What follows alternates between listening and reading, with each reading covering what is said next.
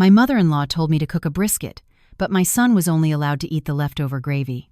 When my son asked for a piece of meat, my husband smashed his plate on the floor and screamed, "Your son isn't worth prime-grade beef."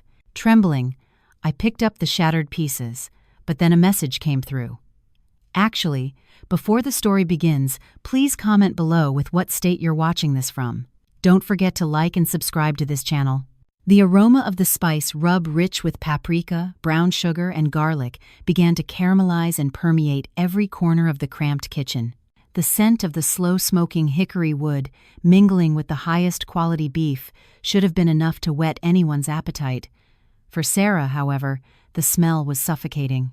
She wiped the beads of sweat from her temples with the back of her hand, while her right hand never stopped basting the large brisket in the smoker.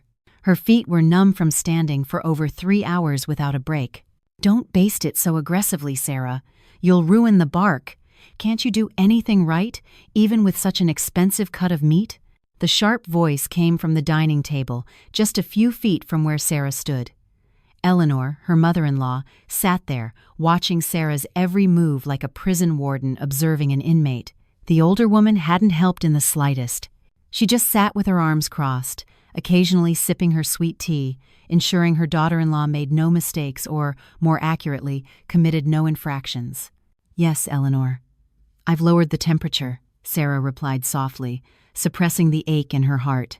"Remember, Sarah," Eleanor said, rising from her chair and walking over to peer at the brisket. Her eyes narrowed, quickly assessing the slab of beef that was developing a deep, dark crust. "I bought a 5-pound brisket. We should get at least 20 good slices out of it. Don't you dare let that number come up short when you serve it." Sarah sighed silently. "I won't be eating any, Eleanor. I'm doing intermittent fasting today." "Good that you know your place." Eleanor sneered without a hint of guilt. "This meat was bought with my son Kevin's money. It's expensive.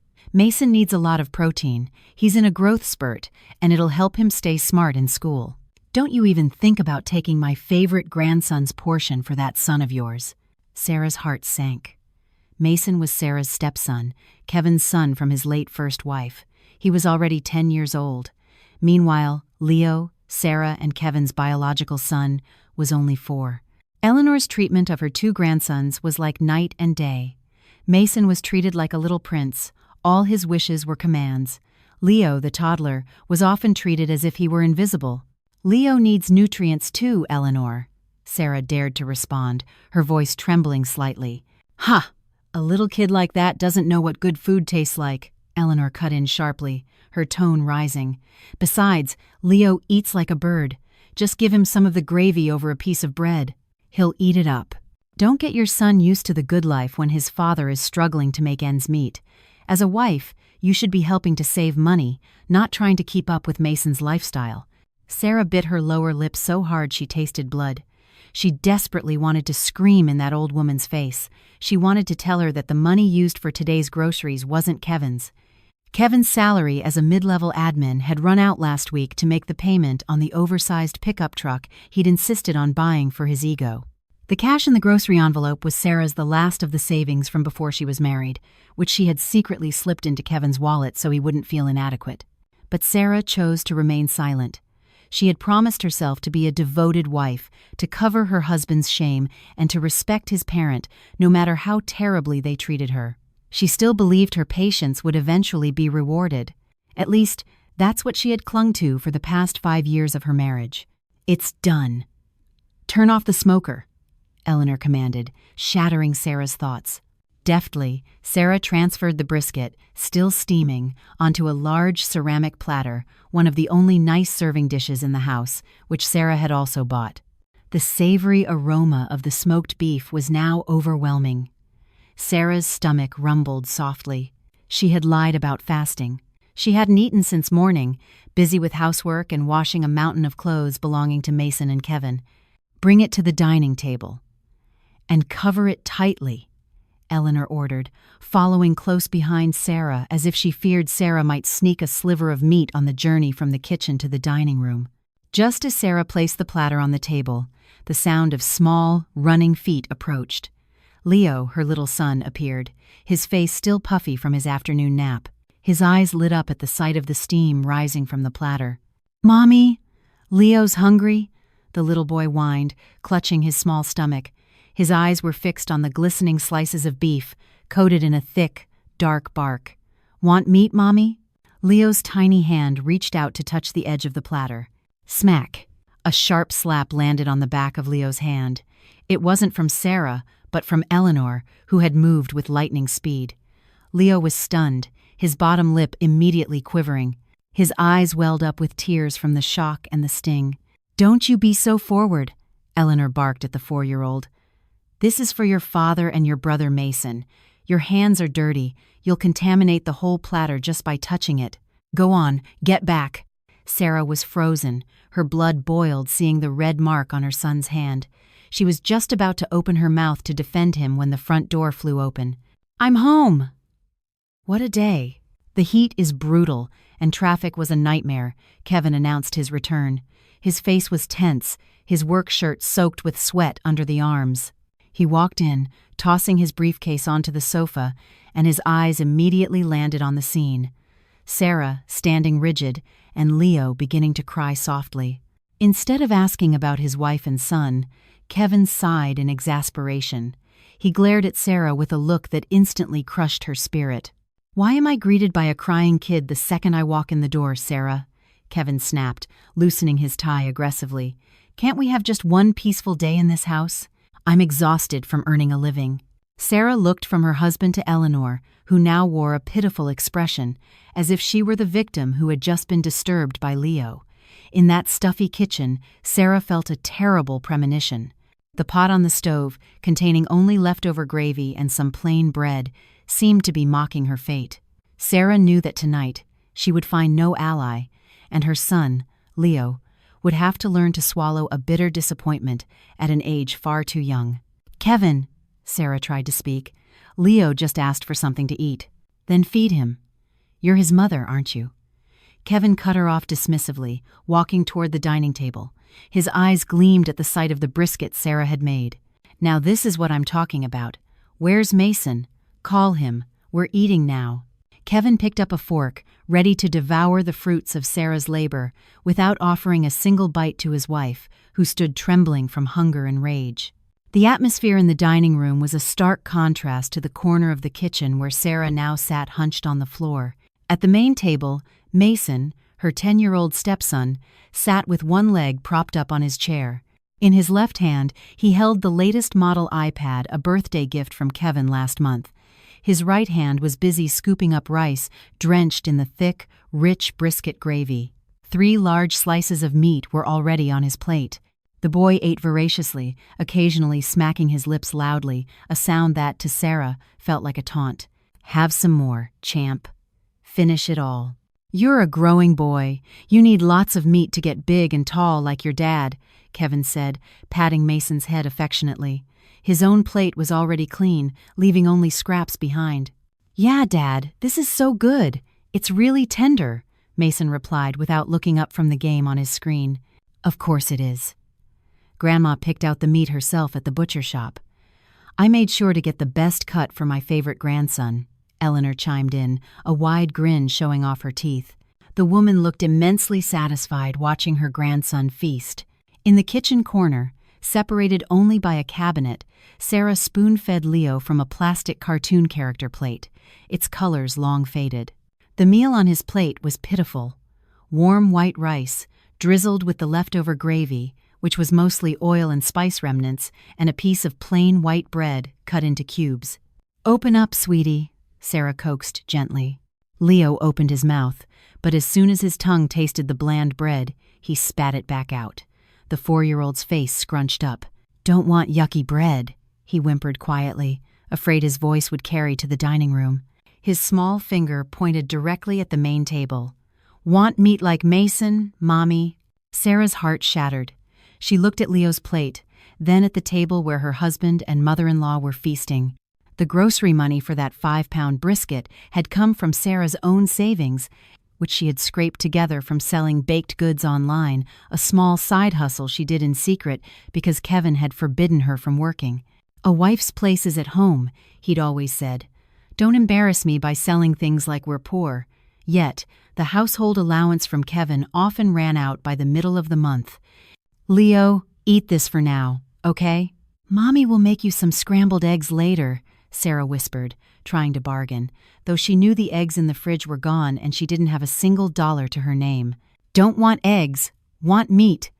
Leo's voice grew a little louder, fueled by hunger and unfulfilled desire. At the dining table, Mason suddenly put down his fork with a clatter. Ugh, I'm full. Too much fat, it's making me sick, he grumbled. Half a slice of brisket, already bitten, remained on his plate. Hey, why'd you leave that, buddy? Kevin chided gently, his tone a world away from how he spoke to Sarah. I'm full, Dad. Don't want to get fat, Mason replied nonchalantly, hopping down from his chair and running to his room, his eyes still glued to his iPad. Sarah's gaze was fixed on the serving platter in the middle of the table. There, amidst the pooling, cooling juices, sat one last medium-sized slice of brisket. It was the final piece, the 20th portion Eleanor had mentally accounted for earlier. It seemed both Kevin and Eleanor were too full to take it, or perhaps they were saving it for Mason's dinner later. Eleanor got up from her chair, patting her full stomach. I'm going to go lie down for a bit, Kevin. You should rest before you head back out. Okay, Mom. I'm just going to have a smoke on the porch, Kevin replied, reaching into his pocket for a pack of cigarettes and stepping outside. The dining room was empty. Sarah's heart pounded in her chest. This was her only chance. Leo was still whimpering softly in her lap, clutching his stomach. No one was watching. Sarah felt like a thief in her own home, even though she knew exactly who had paid for that food. Wait here for a second, honey, Sarah whispered to Leo. With quick, stealthy steps, Sarah got up. She walked to the dining table. Her hand trembled as she reached for the serving fork on the platter. She took the single remaining slice of meat. It looked so delicious, coated in a thick, dark spice rub. Sarah quickly placed it on Leo's plastic plate, then mixed it rapidly with the rice to disguise it, hoping no one would notice the last piece was gone. She then carried the plate back to her corner in the kitchen. Look what Mommy has, Sarah said with a suppressed smile, offering a spoonful of rice that now contained shreds of tender meat. Leo's eyes instantly lit up.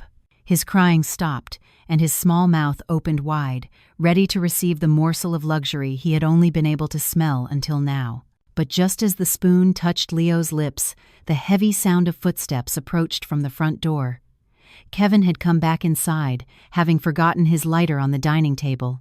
His eyes fell on the now empty serving platter, which held nothing but streaks of gravy. His brow furrowed. He whipped his head toward the kitchen just as Sarah was putting the spoon to Leo's mouth. Sarah! Kevin's roar thundered through the house, making Sarah's hand jolt in shock. The spoon, containing that first precious bite of meat, slipped from her grasp and clattered onto the tile floor. The rice and meat scattered near Leo's feet. Leo screamed in terror, while Sarah stood frozen, her face pale. Kevin strode toward them, his face red with rage, as if Sarah had just been caught stealing diamonds, not a leftover scrap of meat for her own son. How dare you? Kevin hissed, his voice low but filled with menace. The air in the house seemed to freeze solid. Kevin stood towering over Sarah, his breath coming in ragged bursts, his chest heaving with emotion. Sarah instinctively pulled Leo closer, hiding her son's face in her chest, trying to shield him from his father's furious gaze. Kevin, I just took one piece, Sarah whispered, her voice choked. It was the last one. Mason was full. Your mom was done eating. Leo was starving, Kevin. He hasn't eaten anything but bread all day. Excuses! Kevin yelled, snatching the plastic plate from Sarah's hand. Without warning, he slammed the plate of rice and shredded meat onto the tile floor with all his might. Crack! Even though the plate was plastic, the impact was hard enough to send its contents flying everywhere. The rice, mixed with the rich brisket gravy, splattered across the floor Sarah had just mopped that morning. Oily sauce sprayed onto the hem of her faded sweatpants. Leo shrieked hysterically, terrified by the noise. The little boy's body trembled violently in his mother's arms. Listen to me, Sarah, Kevin snarled, his index finger jabbing the air right in front of her nose. You do not get to decide who gets what food in this house. That meat was for Mason. If he said he was full now, It was for him to eat later tonight or tomorrow morning, not to be donated to your son. But Leo is your son too, Kevin. Sarah could no longer hold back. The tears streamed down her face. Why do you treat them so differently? Mason eats meat until he throws it away, while Leo is only allowed to have the gravy. Where is your heart? Kevin let out a cynical laugh. It sounded horrifying in Sarah's ears. My heart? You're asking me about my heart? You should be the one taking a good look at yourself. Mason is my firstborn. He's smart. He's at the top of his class. He's this family's future. He needs good nutrition. Kevin looked down at Leo, who was still crying, with a look of pure disgust. Look at this son of yours. A crybaby, weak, always sick. What's the point of feeding him expensive food? It's a waste of money. Your son doesn't have the palate for prime-grade beef like that. He's a mac and cheese from a box kid. Don't teach him to have expensive tastes. Those words stabbed Sarah's chest more painfully than any physical blow. She squeezed Leo's shoulders, trying to channel a strength she didn't possess herself. What's all this? What's the commotion? Eleanor emerged from her room, her robe still on but disheveled, her face soured at the sight of the mess on the floor. Oh, for heaven's sake! What a waste of good food! Eleanor exclaimed, her concern not for her crying grandson, but for the grease stains on the tile. She stood with her hands on her hips, glaring at Sarah. This is your fault, isn't it? I told you not to be greedy. Still stealing my grandson's share. She was feeding Leo the meat meant for Mason.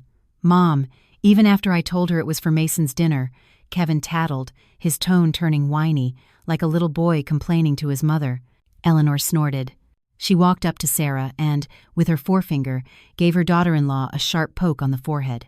You know, Sarah, you should be grateful Kevin was willing to marry a nobody like you, an orphan with nothing to her name. You're lucky you get to live for free in this beautiful house. Don't push your luck. Know your place. If you want your son to eat well, then you go get a job. Stop begging your husband for handouts. I have a job, Eleanor, Sarah defended herself in a raw voice. I sell baked goods. Huh. Selling a few cookies online? Is that enough to buy a 5-pound brisket? Kevin cut in. Is the grocery money I give you not enough? You're just wasteful.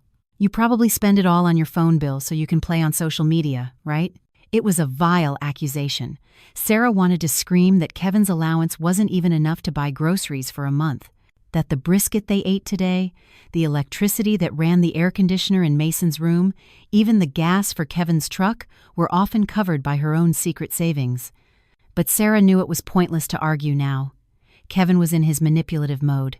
Her husband was an expert at twisting facts, making Sarah feel as if she were the ungrateful, wasteful, and defiant wife. The gaslighting from Kevin and his mother had been going on for years, to the point where Sarah sometimes questioned her own sanity. Clean that up. Now, Kevin commanded, kicking at the small pile of soiled rice near his feet. And don't expect any extra grocery money this week. That's your punishment for daring to defy your husband. Kevin turned, put his arm around his mother, and guided the old woman back to her room. It's okay, Mom. Just go finish your nap. Let Sarah handle the mess she made. She's just trying to raise my blood pressure. Eleanor's bedroom door closed. Kevin then swaggered into the cool, air-conditioned master bedroom, leaving Sarah and Leo in the hot, oppressive living area. Silence fell over the room again, punctuated only by Leo's sobs, which were quieting as exhaustion set in. Sarah stared numbly at the floor. Suddenly, Leo wriggled out of her embrace. The innocent child crouched on the floor. His tiny hand picked up a piece of meat that had been flung aside. It was filthy with floor dust. "Mommy!" The meat fell. "Can I still eat it?" Leo asked innocently, holding the dirty piece of meat up to Sarah. "I can wash it first, Mommy." Sarah's defenses crumbled completely. She snatched her son's hand, threw the dirty meat into the trash, and then hugged Leo as tightly as she could. Amidst her stifled sobs, a notification chimed on her phone, which lay on the kitchen counter. The screen lit up, displaying a short message from an unsaved number, but one Sarah knew very well. "Mr. Miller, the liquidation of your father's estate is 100% complete.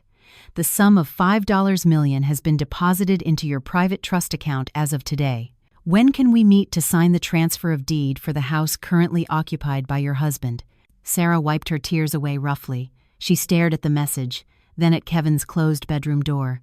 The hunger in her stomach vanished, replaced by an icy feeling that spread from the tips of her toes to the top of her head. The sun had fully set, replaced by the thick darkness of night outside, but the darkness in Sarah's heart was far more profound. She had just put Leo to sleep in the small, cramped guest room, not the master bedroom, which was Kevin's domain, a sanctuary not to be disturbed by the cries of a small child. The message on her phone from that afternoon about the $5 million and the asset liquidation was still seared into her mind. It was a lifeboat in the middle of a hurricane. But Sarah hadn't replied yet. A small, foolish, and naive part of her still hoped that Kevin might change, that perhaps he was just acting out due to work stress. Sarah stepped out of the guest room and walked toward the living area, intending to get a glass of water to calm the storm in her chest. Her steps faltered when she heard the sound of light-hearted laughter coming from the family room. Kevin was lounging on the plush leather sofa, his feet propped up on the coffee table. He was on a video call on his phone, his face radiant, his smile sweet, an expression he hadn't directed at Sarah in years. "Of course, honey. I'll transfer some more for your monthly shopping. Don't worry, I just got a big bonus from the office," Kevin said in a seductive tone. Sarah's heart felt like it had stopped. A bonus? Kevin had said his paycheck was gone. He had said he had no money, to the point of cutting Leo's food allowance. Sarah hid behind the partition wall, straining to hear. "Oh, you're too much, Jessica," Kevin continued with a chuckle. "And yes, that necklace I bought you is solid gold, not plated. I wouldn't give a woman of your class anything cheap. The one at home? I could give her tinfoil and she wouldn't know the difference." Boom. It was as if she had been struck by lightning on a clear day. Sarah's knees went weak. She had to lean against the wall to keep from collapsing. A gold necklace. Jessica, a woman of your class. So, all this time, it wasn't that Kevin had no money. He had money. He had money for prime beef. He had money for jewelry. He had money to have fun. It was just that the money wasn't for Sarah, and it wasn't for Leo. To Kevin, his wife and son at home were merely burdens to be fed with scraps. Sarah felt tears streaming down her face, but this time, there were no sobs. The pain had surpassed the threshold of tears. Her chest felt tight with a burning rage. Before Sarah could process the agony, Kevin ended his video call. "Talk later, sweetie. I'll text you." Kevin turned and jumped in surprise when he saw Sarah standing silently in the corner, her face pale and her eyes swollen. But instead of feeling guilty, Kevin's face twisted into a scowl. His charming mask vanished in an instant. "What are you doing standing there like a ghost? Eavesdropping?" Kevin snapped. Sarah walked closer. Her steps were shaky, but her gaze was sharp. "Who's Jessica?" Kevin snorted. He stood up from the sofa and looked down at Sarah contemptuously. "None of your business. She's a coworker." "A coworker you buy a gold necklace for, while your own son eats leftover gravy because you claim you have no money?" Sarah's voice rose. For the first time, she dared to meet her husband's eyes with a fiery glare. "You lied about your salary being gone, Kevin. You let Leo go hungry for another woman." Slap. A hard slap landed on Sarah's left cheek. A hot, stinging pain shot through her face, all the way to her ear.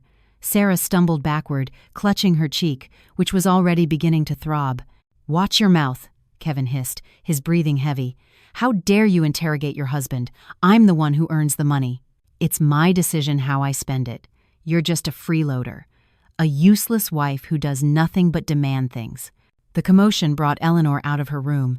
The old woman saw Sarah holding her cheek and Kevin standing with his hands on his hips. Without asking a single question, she immediately sided with her son. "What's going on, Kevin? Why all the yelling this late at night?" Eleanor asked. "It's this disrespectful wife, Mom. She's accusing me of having an affair just because I was on the phone with a colleague. After I've been working my fingers to the bone for them," Kevin whined, twisting the facts with ease. Eleanor looked at Sarah with disgust. "You ungrateful brat. We give you food, a roof over your head, and this is how you repay us? With suspicion? If you're not happy here, then leave." Sarah looked at the two people before her, the husband she had loved and the mother-in-law she had respected. They were nothing more than monsters in human skin. Enough! Her patience had run out tonight. The slap on her cheek was the final act in the long play of her devotion. "I will leave," Sarah said, her voice low but firm. "Oh, you want to leave? Be my guest," Kevin challenged with a mocking laugh. "But remember, you walk out of here with nothing. The clothes on your back were bought with my money. Go on, get out. You'll probably be back tomorrow, begging for forgiveness because you're starving on the street." Kevin leaned his face close to Sarah's, his eyes bulging. "But before you go, or if you still want to stay here for your whiny son's sake, there are conditions." Kevin pointed toward the back door leading from the kitchen. "Starting tonight, you and your son sleep in the basement. Your mother wants to use the guest room to store her collection of ceramic dolls. You don't deserve to sleep on a soft bed in the main house. Your place is down there, where you belong. And one more thing," Eleanor added with a sly grin. "Starting tomorrow, you pay for the electricity and water bills. You said you sell baked goods, right? Prove you can be independent. Stop being a parasite." Sarah took a deep breath, inhaling the stench of betrayal that filled the house. She didn't argue, she didn't beg. She simply nodded slowly, a nod that held a vengeance as deep as the ocean. "Fine," Sarah replied curtly. Without another look, Sarah walked to the guest room, picked up the soundly sleeping Leo, and dragged a thin, foldable mattress toward the damp, dusty basement, which was filled with piles of old junk. That night, in a basement lit only by a dim 5-watt bulb, Sarah gently laid Leo down. She reached into the pocket of her sweatpants and took out her phone with its cracked screen. With fingers still trembling with rage, she opened the message from her lawyer. She typed a short reply that would change the lives of everyone in this house forever. "Mr. Miller, prepare the deed transfer documents for this house immediately. And please, block all access to the supplementary credit cards held by my husband, effective tomorrow morning. The game is on." Sarah hit send. In the darkness of the basement, a thin, chilling smile touched her lips. Her tears had dried up. The old Sarah had died in the living room tonight. The buzz of mosquitoes became Sarah's lullaby that night. The basement was stuffy, the air heavy with the musty smell of damp cardboard and something else, something dead. There were no windows, only a small ventilation slit high on the wall, covered in thick cobwebs. Sarah sat leaning against a stack of yellowed old magazines, endlessly waving a piece of cardboard over Leo's body. Her son slept fitfully on the thin mattress, laid directly on the cold, rough concrete floor. He whimpered in his sleep, perhaps dreaming of the brisket he never got to eat, or perhaps traumatized by his father's yelling. "I'm so sorry, sweetie. Mommy's so sorry," Sarah whispered, her tears falling one by one onto Leo's chubby cheeks, now smudged with basement grime. Guilt crushed her chest more intensely than the confining walls. She felt like a fool. A complete fool. All this suffering had started with a scenario she had created herself 5 years ago. Her mind drifted back to a time when she was the sole heiress of a respected Texas oil family. Her late father had always told her, "Sarah, find a husband who loves you for who you are, not for my money. If you have to, pretend to be an ordinary person in their eyes." Sarah held that advice close to her heart. When she met Kevin, she hid her identity. She claimed to be an orphan working odd jobs. And at the time, Kevin had seemed so genuine. The Kevin of the past, or perhaps the Kevin who was just acting, would buy her medicine when she was sick, even if he was short on cash, would stand in the rain to pick her up. That fake sincerity was what made Sarah fall in love and marry him, even buying this luxurious suburban house in Plano outright through one of her father's shell corporations, so Kevin wouldn't feel inferior.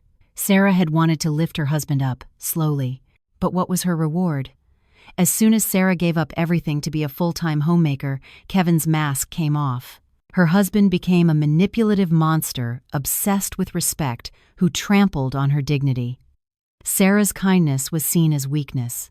Her simplicity was seen as disgusting poverty. "Thirsty," Leo's hoarse voice shattered her reverie. The boy was awake, his lips dry and cracked. Sarah panicked. She hadn't brought a water bottle with her when she was cast out. "Wait here, sweetie. Mommy will get you some water," she whispered. Sarah tiptoed to the basement door that led to the utility area of the kitchen. She tried the doorknob. Locked. Her heart sank. Kevin or Eleanor had intentionally locked it from the inside. They were truly treating them like animals locked in a cage. "Mommy, thirsty," Leo whined, now starting to cry softly. Sarah looked at the crack under the door. Light from the living room was still visible. She could hear the TV blaring and Eleanor's laughter as she watched a sitcom. They were enjoying themselves, oblivious to the suffering of their own grandson and daughter-in-law. Sarah knocked gently. "Kevin? Eleanor? Please open the door. Leo is thirsty." Silence. No answer. Only the sound of laughter from the television grew louder. Sarah knocked harder. "Kevin, please! Leo needs a drink! Don't lock the door!" Footsteps approached. Sarah stepped back, hoping the door would open. "Be quiet!" Kevin's voice came from the other side, but the door remained shut. "There's a utility sink down there for washing mops. Drink from that. Stop being so spoiled. You're interrupting people's rest." Sarah's body went rigid. The utility sink, the tap water that smelled of chlorine and was used to wash dirty mop heads. That was what Kevin told her to give her son to drink. Leo's cries grew louder, from thirst and fear.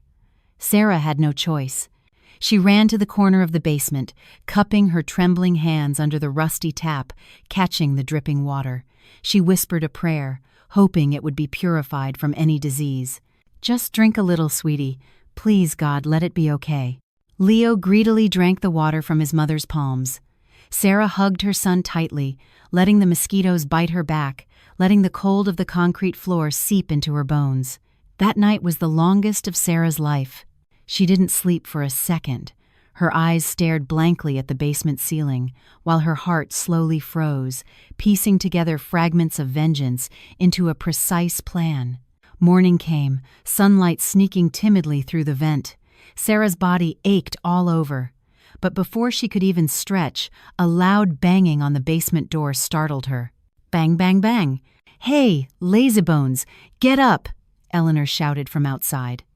The door was now unlocked. Sarah quickly opened it. Eleanor stood there, her face a mask of fury, already dressed in her workout clothes. "Still not up at this hour? The dishes from last night are piled up. Make breakfast now. Kevin has to get to work. Mason has school. Just because you're sleeping in the basement doesn't mean you get to slack off." Without waiting for a reply, Eleanor threw a bundle of dirty clothes at Sarah's face. It was Mason's school uniform and Kevin's work shirt. "Iron these. I want them perfectly crisp in 10 minutes." Sarah caught the clothes. Her face was flat, expressionless. Her usually gentle eyes now looked dark and empty. She didn't argue. She didn't cry. "Yes, Eleanor," she answered coldly. Sarah walked into the kitchen. She saw the dining table, a mess of leftover bones from last night's brisket scattered about. The evidence of their feast, built on Leo's hunger. As Sarah plugged in the iron, Kevin emerged from the bedroom, adjusting his belt. He smirked at Sarah. "So, how does it feel to sleep in your natural habitat? Fits you, doesn't it?" he taunted, grabbing an apple from the fridge and biting into it loudly. "This is why you should just be an obedient wife. Don't act like you're in charge." Sarah remained silent, her hand moving the hot iron over Kevin's shirt. In her mind, she was counting down. Just a little longer. Suddenly, the doorbell rang. "Who's visiting this early?" Kevin grumbled, his mouth full of apple. "Sarah, get the door." Sarah set down the iron. She walked to the front door, her heart pounding. She knew who it was. The time had come. When Sarah opened the grand front door, 2 men in crisp suits stood there. One carried a thick leather briefcase, the other a bright red folder. "Good morning," the man with the folder said firmly. "Is this the residence of Mr. Kevin and Mrs. Eleanor Smith?" Kevin appeared behind Sarah, curious. "I'm Kevin Smith. What is this about? Insurance sales? I'm not interested." The man smiled faintly, a smile without warmth. He didn't look at Kevin but at Sarah, and then bowed his head respectfully. "Good morning, Mrs. Evan Smith. As per your instructions last night, we are here to execute a seizure of assets." The apple slipped from Kevin's hand and rolled across the floor. The apple rolled to a stop right at the tip of the suited man's polished leather shoe. The atmosphere on the porch suddenly went silent, broken only by the sound of Kevin's breathing, which was becoming ragged. He looked back and forth between the strangers, Sarah, and the dirty apple on the ground. Seizure of assets? Kevin laughed awkwardly. A forced, hollow sound. He picked up his apple and shot Sarah a condescending look. "Sarah, are these some of your friends from back home? What kind of drama are you trying to pull now? Don't embarrass me like this in the middle of the morning." The man in the suit, who introduced himself as Mr. Miller, ignored Kevin's rambling. He strode past Kevin as if Sarah's husband were nothing more than an insignificant statue by the door. Mr. Miller stood directly in front of Sarah and handed her the red folder with a gesture of utmost respect. "Please review these, madam. This is a copy of the deed of ownership for this house, the title for the Ford Raptor in the garage, and proof of majority share ownership in your name, which our law firm has been managing," Mr. Miller stated firmly. His voice was deep and authoritative, the kind that brooked no argument. Sarah accepted the folder. Her previously blank face slowly lifted. She looked at Kevin, not with the fearful gaze of a wife, but with the cool appraisal of a boss looking at an incompetent subordinate. "Thank you, Mr. Miller," she replied calmly. "Hey, what is this?"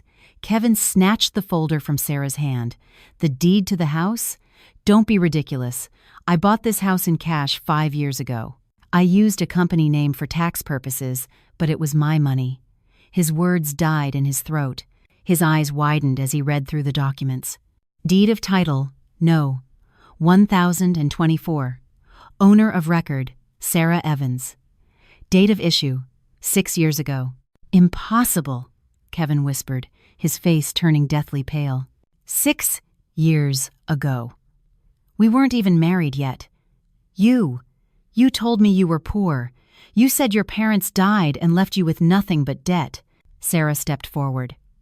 For the first time in 5 years, she felt light, the burden of her pretense finally lifted. "I did say my parents died, Kevin, but I never said they were poor," Sarah said coldly.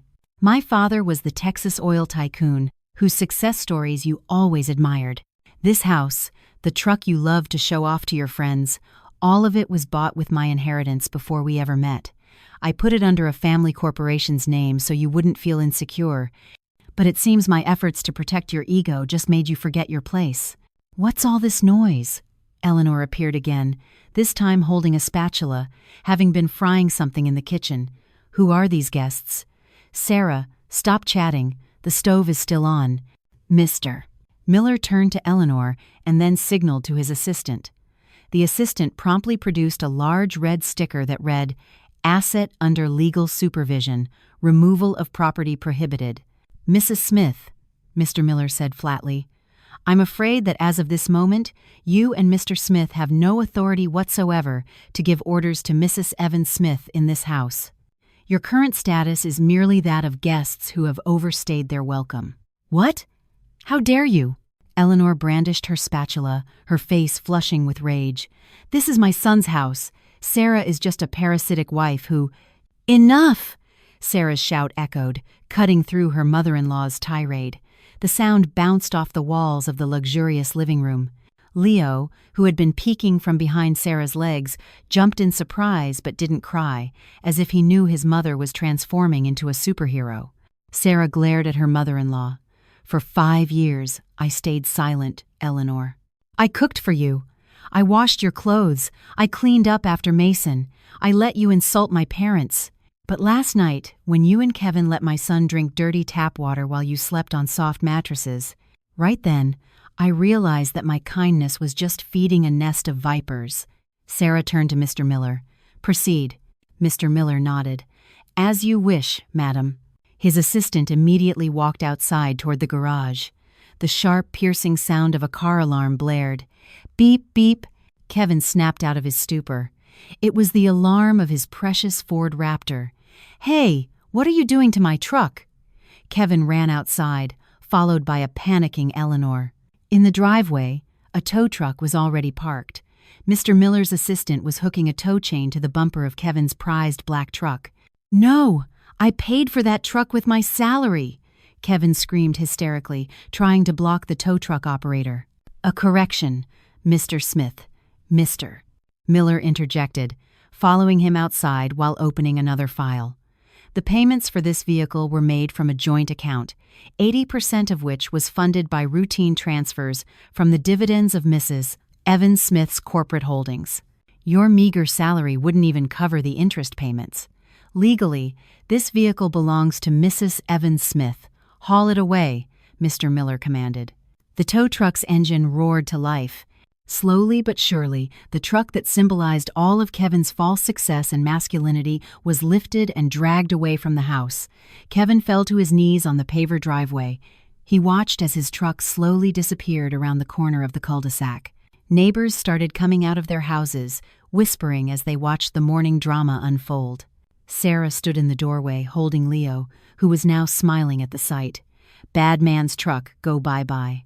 That's just the beginning, Kevin, Sarah said softly, yet loud enough for her broken husband to hear. Now, let's go inside. We need to calculate the 5 years of back rent you owe me for living in my house. Eleanor stared at Sarah in horror, as if she were seeing a ghost. The spatula fell from her hand, clattering onto the floor. A chilling silence enveloped the luxurious living room after the tow truck disappeared around the corner. The neighbors who had been peeking from behind their fences had now retreated, though Sarah knew the neighborhood group chat was exploding with speculation. Kevin remained frozen near the entrance, his face ashen. Beside him, Eleanor had collapsed onto a single armchair, her breath coming in short, ragged gasps of shock and fury. Sarah didn't care. With calm, deliberate steps, she walked to the main sofa, the throne that had always been occupied by Kevin, and sank into it. She settled Leo onto her lap, gently combing his messy hair with her fingers. "Are you hungry, sweetie? We'll order some yummy food. Pizza or fried chicken?" she asked softly, as if no storm had just passed. "Sarah," Kevin finally spoke.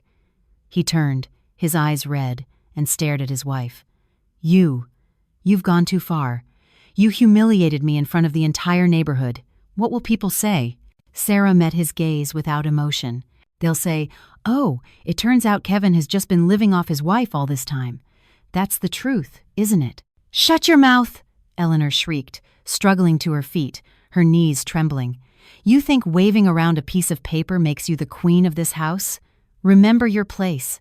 You are the wife. A wife's heaven is at the feet of her husband." Sarah let out a small, cold laugh that cut through the air. "Heaven isn't at the feet of a husband who lets his own child drink from a utility sink. Eleanor, there's no heaven in a house filled with cruelty." Sarah then reached for her old work bag and pulled out a small notebook. "Kevin, Eleanor," she began formally, "as of this moment, the rules of this house have changed. Since this house is legally mine, and neither of you contributed a single dollar to its purchase, your status here is that of tenants, on sufferance." She opened the notebook. "First, the prepaid electricity meter is out of credit. I will not be refilling it. If you wish to run the air conditioning in your rooms or watch TV all day, you are welcome to purchase your own credit. Second, the grocery allowance is cut off, effective immediately. The pantry, with all the rice, oil, and meat, is now locked. Please feel free to buy your own food with Kevin's supposedly large salary." "You're insane!" Kevin shouted. "My paycheck barely covers the bills." "It's not enough to feed 3 people and pay for electricity in a house this size." "Oh?" Sarah raised an eyebrow, feigning surprise. "But I thought you were a man of high standards. I thought Leo wasn't on the level for good food. Surely a wealthy man like yourself wouldn't quibble over an electric bill. Prove you can provide? Don't just talk big while spending your wife's money." Just then, Mason's bedroom door opened. The boy emerged, yawning and rubbing his stomach. "Dad, Grandma, I'm hungry. Where's breakfast?" "Why is it so quiet?" he whined. "I want sausage and eggs like usual." Eleanor looked at her favorite grandson, then at Sarah with the commanding glare that had become second nature. "Hey, you heard him. Mason is hungry. Go cook. We can discuss this deed nonsense later. A child's stomach can't wait." Sarah didn't move an inch. Instead, she took out her phone and opened a food delivery app. "I'm sorry, Eleanor. The kitchen is closed to you. I'm ordering some special pancakes for Leo. If Mason is hungry, he can ask his father to order something, or you can cook him those crackers you were munching on yesterday." There are still some left, right? Mason's face turned red, and he started to cry loudly. I don't want crackers. I want eggs. Dad, make Aunt Sarah cook. Kevin looked utterly defeated. He reached into his pocket, pulled out his wallet, and took out his platinum debit card, a card that was, in fact, a supplementary card linked to Sarah's main account. I'll buy us breakfast. We'll eat at the most expensive steakhouse in town. Let this stingy woman sit here and stew in her own misery. Kevin grabbed the keys to an old beater car that sat in the driveway, his truck having been seized, then took Mason and Eleanor by the hand. Let's go, Mom. Let's get out of this hell for a while. The three of them strode out defiantly. Kevin shot Sarah a look full of vengeance before slamming the front door. Sarah just smiled wryly. Go ahead and try, Kevin, she murmured. After they left, Sarah didn't waste a moment. Her first stop was the master bedroom, the luxurious suite that Kevin had claimed, forbidding Sarah from placing any of her cheap belongings inside. Sarah opened Kevin's closet. With swift, merciless movements, she pulled out all of his suits, work shirts, and his collection of shoes. She piled them on the floor, then dragged the entire heap out into the living room and dumped it in a messy pile. With the closet empty, Sarah retrieved her and Leo's belongings from the basement. She arranged Leo's clothes in the large cedar closet. She changed the sheets, which smelled of Kevin's cologne, with a fresh, clean set. From now on, this is our room, sweetie, Sarah said to Leo, who was gazing in awe at the spacious, air-conditioned room. You can play here and watch cartoons on that big TV. Leo jumped gleefully on the thick, plush mattress. The sound of his pure laughter was the most beautiful music Sarah had heard all day. An hour later, the sound of a sputtering car engine stopped outside, followed by commotion. The front door was thrown open. Kevin, Eleanor, and Mason returned, their faces even more haggard than before. Their hands were empty. There were no takeout bags from a steakhouse. Mason was wailing. I'm hungry and embarrassed.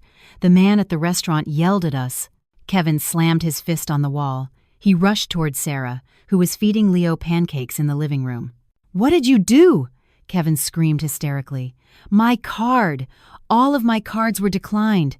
The cashier said the main account holder blocked them. Are you trying to slowly kill us? It turned out that, at the restaurant, Kevin had confidently ordered the most expensive items on the menu for the three of them. But when it was time to pay, every card he swiped failed. They were escorted out by security for being unable to pay, in front of a full dining room. The shame was unbearable. Sarah looked at Kevin casually while wiping Leo's mouth with a napkin. Well, that's to be expected. Those are supplementary cards from my account. Since you no longer consider me a good wife, I've revoked your privileges. I can't be expected to finance lunch dates for your mistress, can I? Mistress? What are you talking about? Kevin stammered, flustered. Jessica, Sarah said simply. The purchase receipt for that gold necklace from your favorite jewelry store was sent to my email address. You forgot that the store's loyalty program is registered under my email, didn't you, Kevin? Kevin's face instantly turned a sickly shade of gray. Checkmate. Now, Sarah pointed to the pile of Kevin's clothes on the living room floor. Pick up your things, move them to the basement. I've taken over the master bedroom. You're kicking your husband out into the basement? Eleanor shrieked, clutching her chest. Not kicking him out, Eleanor. Just swapping places, Sarah replied coldly. Let Kevin experience what it's like to sleep with mosquitoes and rats. Oh, and if he doesn't want to sleep in the basement, the front door is right there. He is free to leave my house forever. Kevin clenched his fists so tightly his knuckles turned white. He looked at the pile of his clothes, then at Sarah, who now seemed like an invincible giant. His male ego was shattered, but he didn't have a single dollar in his pocket. His wallet was empty. If he left now, he would be homeless. A long silence followed. Finally, Kevin bowed his head in defeat. With slumped shoulders and his pride in tatters, he began to gather his clothes from the floor. I will remember this, Sarah, he hissed, hugging a stack of shirts. You just watch. Sarah didn't reply. Instead, she picked up her phone, which was vibrating. A message had come through on a chat app. This time it wasn't from her lawyer, but from an unknown number with a profile picture of a beautiful woman with pouty red lips. The message read, Hey, you little hick. Kevin told me his transfer failed because of you. Don't act so high and mighty. Just so you know, I'm pregnant with his baby. If you don't unblock his account right now, I'm coming over there to deal with you myself. Sarah's eyes widened as she read the message. Pregnant. The phone in Sarah's hand felt hot, as if the message had scorched the screen. Pregnant. A single word that should bring joy to a family had just become the final hammer blow, shattering any lingering doubt in Sarah's heart. She didn't cry. Strangely, her tears were completely gone. All that remained was a cold emptiness and sharp, calculated thought. Calmly, her fingers moved quickly, taking a screenshot of the threatening message from the woman named Jessica. She carefully saved the woman's smiling, provocative profile picture, perfect proof of adultery. Sarah didn't reply with anger. She typed a short, concise, and bait-laden response. If you are truly pregnant with my husband's child, come to the house tomorrow night at 7 p.m. I'm hosting a large family dinner. We can lay all our cards on the table then. Don't be a coward who only dares to threaten over text. Sent. Sarah placed her phone on the master bedroom's vanity. She looked at her reflection in the mirror. The woman staring back was no longer the submissive Sarah who would swallow her pain to keep the peace. The woman in the mirror was a mother protecting her child's future from parasites. Outside the room, there was a commotion. Kevin was dragging his suitcase toward the basement, accompanied by a long-winded tirade from Eleanor. How could you be so cruel, Sarah? The basement is hot, full of bugs. How can you make your own husband sleep with rats? Eleanor screamed from the direction of the kitchen, her shrill voice piercing the bedroom door. Sarah emerged from the room, her face a mask of indifference. She saw Eleanor fanning Mason, who was slumped listlessly on a dining chair with a piece of old newspaper. The boy's face was flushed from the heat. Sarah had switched off the central air conditioning from a master panel to which she now held the key. If you feel so bad for him, Eleanor, you're welcome to join him in the basement to keep your precious son company, Sarah replied coolly, walking to the refrigerator. She took out a bottle of cold water, poured it into a glass, and drank it slowly in front of them as they sweltered. Kevin is your husband, the head of this household, Eleanor cried, her eyes fixated on the cold water in Sarah's hand. A leader who fails to provide for his family does not deserve the privileges of a king, Eleanor, Sarah retorted. Oh, by the way, tomorrow night I'm inviting Kevin's uncle, our neighborhood association president, and a few other neighbors for dinner. Kevin, just emerging from the basement covered in sweat, immediately turned his head. His gloomy face suddenly brightened. He mistook her words for a peace offering. A dinner party? Kevin asked, his tone softening. He approached her, trying to put on his most pitiful face. You want to apologize in front of the whole family? You realize what you did today was out of line, don't you? Sarah hid a cynical smile. The audacity of this man. Kevin thought she was arranging an event to restore his good name and his access to her finances. Yes, Kevin, Sarah lied, her voice as smooth as silk. I've been thinking, it's not good for us to keep fighting. It's embarrassing for the neighbors. So tomorrow, we'll all get together. We'll resolve all the financial issues and the status of this house amicably. I want everything to be clear, with witnesses. Kevin heaved a sigh of relief. His tense shoulders relaxed. See, that's more like it. That's a good wife. It's okay to get emotional, but don't go overboard and block all the accounts. I knew you were just bluffing. Kevin tried to take Sarah's hand, but she smoothly stepped back, pretending she needed to wash her glass. But you're still sleeping in the basement tonight. A punishment is a punishment, Sarah said firmly, but without raising her voice. Consider it a test of your patience before we make up tomorrow night. Kevin grumbled but complied. In his cunning mind, he figured one night in the basement was a small price to pay to regain access to Sarah's wealth. Just wait, Kevin thought. As soon as my account is unblocked, I'll drain it dry and divorce this crazy woman. The night passed in a strange atmosphere. Sarah cooked a simple dinner of chicken soup and potato cakes, just for herself and Leo. She let the aroma of her cooking torture the senses of Kevin, Eleanor, and Mason, who could only eat dry instant ramen they found in a kitchen drawer, as Sarah had disconnected the gas line to the stove and hidden the regulator in her room. "Grandma, I'm hungry. The noodles are hard," Mason whined in the dark living room. "Be patient, my sweet grandson. Tomorrow, after your father has money again, we'll buy the whole noodle factory," Eleanor consoled him in a hoarse voice. In the cool master bedroom, Sarah did not sleep. She was busy on her phone. She sent a message to her lawyer, Mr. Miller. "Mr. Miller, please be here tomorrow night at 7 p.m. sharp. Bring the finalized divorce papers, complete with evidence of child neglect and financial abuse. I'll also need you to bring 2 plainclothes security guards. I suspect my husband might become violent." "Understood, madam." "All will be arranged," Mr. Miller replied. Sarah then switched to her banking app. She transferred the remaining emergency funds from their joint account, only a few $1,000s, into a private account for Leo. She was completely cutting off Kevin's water supply. Near midnight, when the house was quiet, Sarah crept out of her room. She placed a tiny, pen-shaped voice recorder under the living room coffee table and another behind a wall decoration. She knew that the next morning, when she left to shop for the party, Kevin and his mother would concoct a vile plan. She needed that recording as an additional weapon. Sure enough, the next morning when Sarah announced she was going shopping, she intentionally left the master bedroom door slightly ajar, though the safe containing the deed was securely locked. Through an earpiece connected to the bug, Sarah listened on her drive. She could hear Kevin and Eleanor whispering in the living room. "Mom, as soon as Sarah unblocks the account tomorrow, you immediately ask her to transfer $100,000 to your account," Kevin's voice said clearly. "Say it's for a business venture or something. The point is, we need to get that money out of her hands." "Got it, Kevin. And what about the deed to the house? She still has it, right?" Eleanor asked. "Don't worry, Mom. I've already contacted a guy who can make a convincing fake deed. We'll swap the real one in her safe with the fake. Once we have the real deed, we'll mortgage it at the bank. Then we'll kick Sarah and her kid out on the street and let them rot." Sarah, driving a rental car since her own had been repossessed, smiled grimly.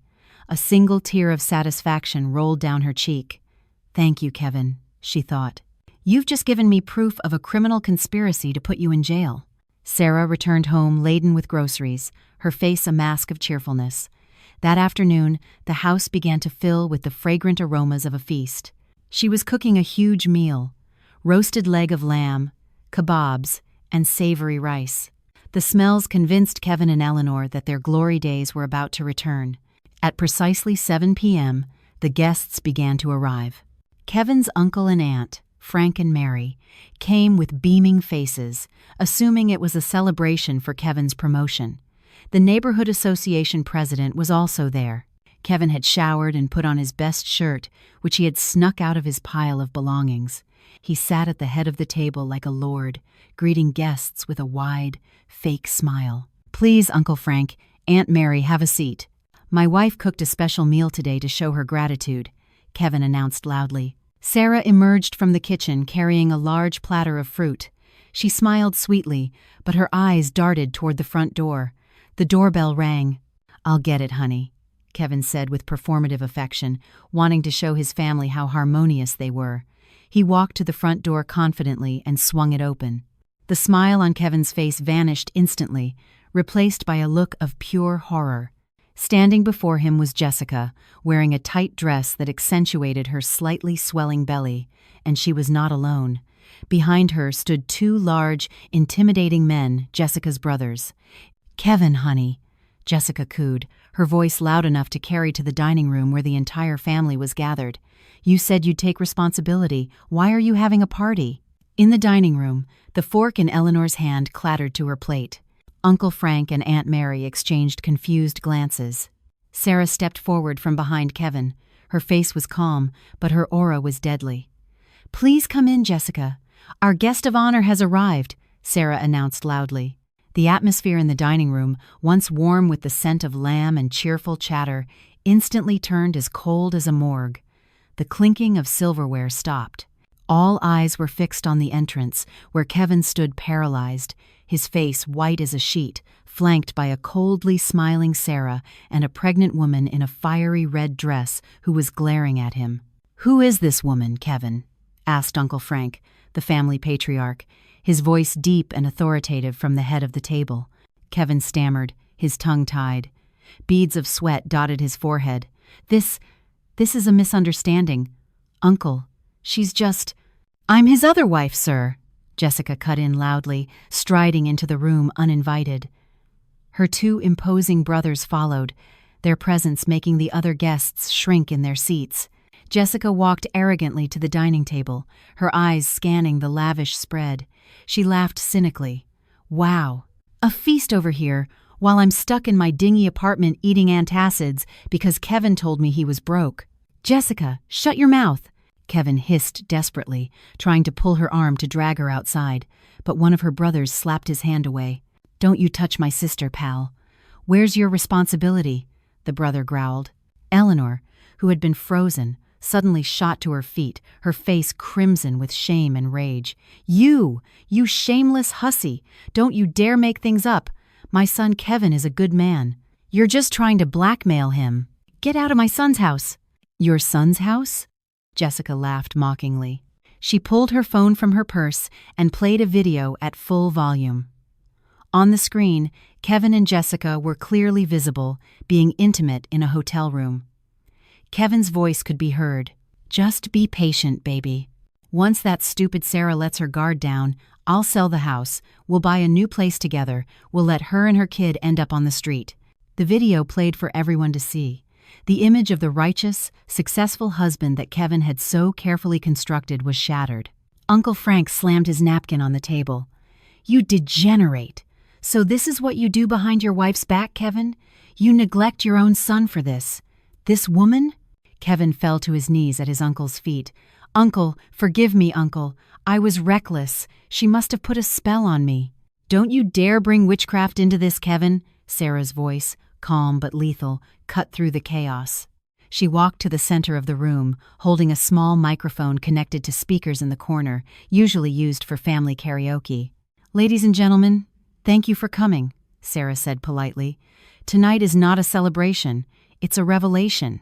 She looked down at the kneeling Kevin. Kevin, you told Jessica this house was yours. You told her you were a wealthy man. She then turned to Jessica. And you, Jessica, I almost feel sorry for you. You've been deceived. This man you're fighting for, the one you were so proud of, has absolutely nothing. Zero. Jessica frowned. What are you talking about? Kevin's a manager. His truck is a Raptor. That truck belonged to me. It was repossessed yesterday because he couldn't make the payments without my money. And this house, Sarah produced the original deed from behind her back, showing it to everyone, is 100% in the name of Sarah Evans, an inheritance from my father. Kevin was just living here. And one more thing, Sarah continued, pressing a button on her phone. The recording of Kevin and Eleanor's conversation from that morning filled the room. Contacted a guy who can make a convincing fake deed. We'll swap the real one. Mortgage it at the bank. Kevin's voice, plotting a felony, was crystal clear. His face went from pale to gray. He was finished. The neighborhood association president stood up. Wow, this is a criminal matter, Mr. Smith. Attempted document forgery and conspiracy to commit fraud, he stated grimly. At that exact moment, Mr. Miller entered from a side door with two plainclothes security guards. Good evening, he said crisply. He placed a stack of documents on the table in front of Kevin's untouched plate of lamb. Mr. Smith, these are the divorce papers from Mrs. Evans Smith, and this is a copy of the police report filed for child neglect and attempted fraud. Will you be signing peacefully, or will we have to escort you? The tables had turned completely. Jessica, who had been so aggressive, now stared at Kevin with disgust, realizing he was a broke, soon-to-be convicted criminal. So, you're just a broke loser, she spat. Borrowed truck, living in your wife's house, mooching her money. Ugh, what a leech. She turned to her brothers. Come on, guys, let's go. No point wasting our time on trash like him. Jessica walked out, leaving Kevin in ruins. He turned to his mother for support, but even Eleanor was silent, withered by the glares from the rest of the family. Sarah pointed to the open front door. Get out of my house. Take your mother with you. I've packed your things on the porch. Don't take anything that was bought with my money. Including the shirt you're wearing, that was a gift from my father. Take it off. Sarah, please, Kevin wept. Real tears this time. Where will I sleep? I don't have a single dollar. Where will you sleep? Sarah smiled faintly, remembering the basement. Perhaps under a bridge? It's quite cool there, I hear. And at least the river water is free. You won't have to drink from a mop sink." "Get out!" roared Uncle Frank, his voice thick with the family's fury. Humiliated and defeated, Kevin dragged himself out of the house. Eleanor followed, wailing dramatically. Sarah stood in the doorway, watching their figures disappear into the night. She closed the door slowly. Click. The sound of the deadbolt locking was the sweetest melody. She turned around. In the now quiet dining room, Leo ran and hugged her leg. "Mommy is strong," he whispered. Sarah hugged her son. It was a victory, but it wasn't over. There was one final chapter to write, to ensure Leo's future was secure, and Kevin reaped every last seed of karma he had sown. 6 months later, the aroma of melted butter, garlic, and rosemary filled a dining room that had been completely renovated. The dreary walls and tacky furniture were gone, replaced by a clean, elegant aesthetic of white and natural wood exactly as Sarah had always dreamed. At the table, Leo sat in his high chair, his cheeks now full and rosy, a stark contrast to the pale, thin boy of 6 months ago. Before him sat a plate of perfectly cooked Wagyu steak with creamy mashed potatoes. "Is it yummy, sweetie?" Sarah asked, wiping a smudge of sauce from the corner of her son's mouth. Leo nodded enthusiastically, his mouth full. "So yummy, Mommy. The meat is soft, not like a shoe." Sarah laughed, a genuine carefree sound. She remembered the dark days when Leo was only allowed the leftover gravy. Now, she made sure every bite her son took was the best. No one would ever again say his palate was for mac and cheese from a box. "Finish up. This afternoon we're going to the toy store. You can pick out anything you want," Sarah promised. Life had changed dramatically. Her divorce was granted swiftly, the evidence of neglect and psychological abuse overwhelming. Kevin never showed up to court. The rumor was he was too ashamed and couldn't afford a lawyer. Sarah was granted full custody of Leo, and all her assets were securely back under her control. That afternoon, Sarah's gleaming white SUV cruised through the city traffic. She drove with ease, heading for the largest mall in town. As she was pulling into a spot in the hot outdoor parking lot, Sarah saw a disheveled man in a dirty orange vest being yelled at by a motorcyclist. "Do your job right, man. You scratched my bike just moving it. You gonna pay for that?" the man shouted. The parking attendant was bowing his head, begging for forgiveness, his body trembling. His clothes were ragged, and his skin was burnt dark by the sun. "I'm sorry, sir. I don't have any money. I'm not feeling well. My mother is sick in our motel room." The attendant's voice was hoarse and pitiful. Sarah's heart skipped a beat. She recognized that voice. She lowered her car window slightly and took off her sunglasses to be sure. It was true. The gaunt man with a face worn down by hardship was Kevin. Her ex-husband, once so proud and well-dressed, who used to complain about the smell of cooking on Sarah's clothes, now smelled worse than a fish market. Kevin turned at the smooth purr of her luxury car's engine. Their eyes met. For a moment, time stood still. Kevin's eyes widened in disbelief. He couldn't comprehend that the radiant, classy woman behind the wheel of the expensive car was the same woman he had thrown away. "Sarah?" he whispered. He unconsciously stepped closer, his grimy hand reaching for her car door. "Sarah, it's me, Kevin, your husband." Sarah stared at him blankly. There was no hatred, no pity, just the feeling of looking at a complete stranger. "Ex-husband," she corrected him coldly. "Sarah, please, help me." Kevin began to cry, his tears carving clean paths down his dusty cheeks. "I'm broken, Sarah. My mom had a small stroke after we got evicted for not paying rent. And Mason. His mother's family took him. They said I couldn't feed him. I'm all alone, Sarah. It's karma. I know it's karma for what I did to you." He pressed his face against the window, pleading, "Let me come back, Sarah. I'll be your servant. I don't care.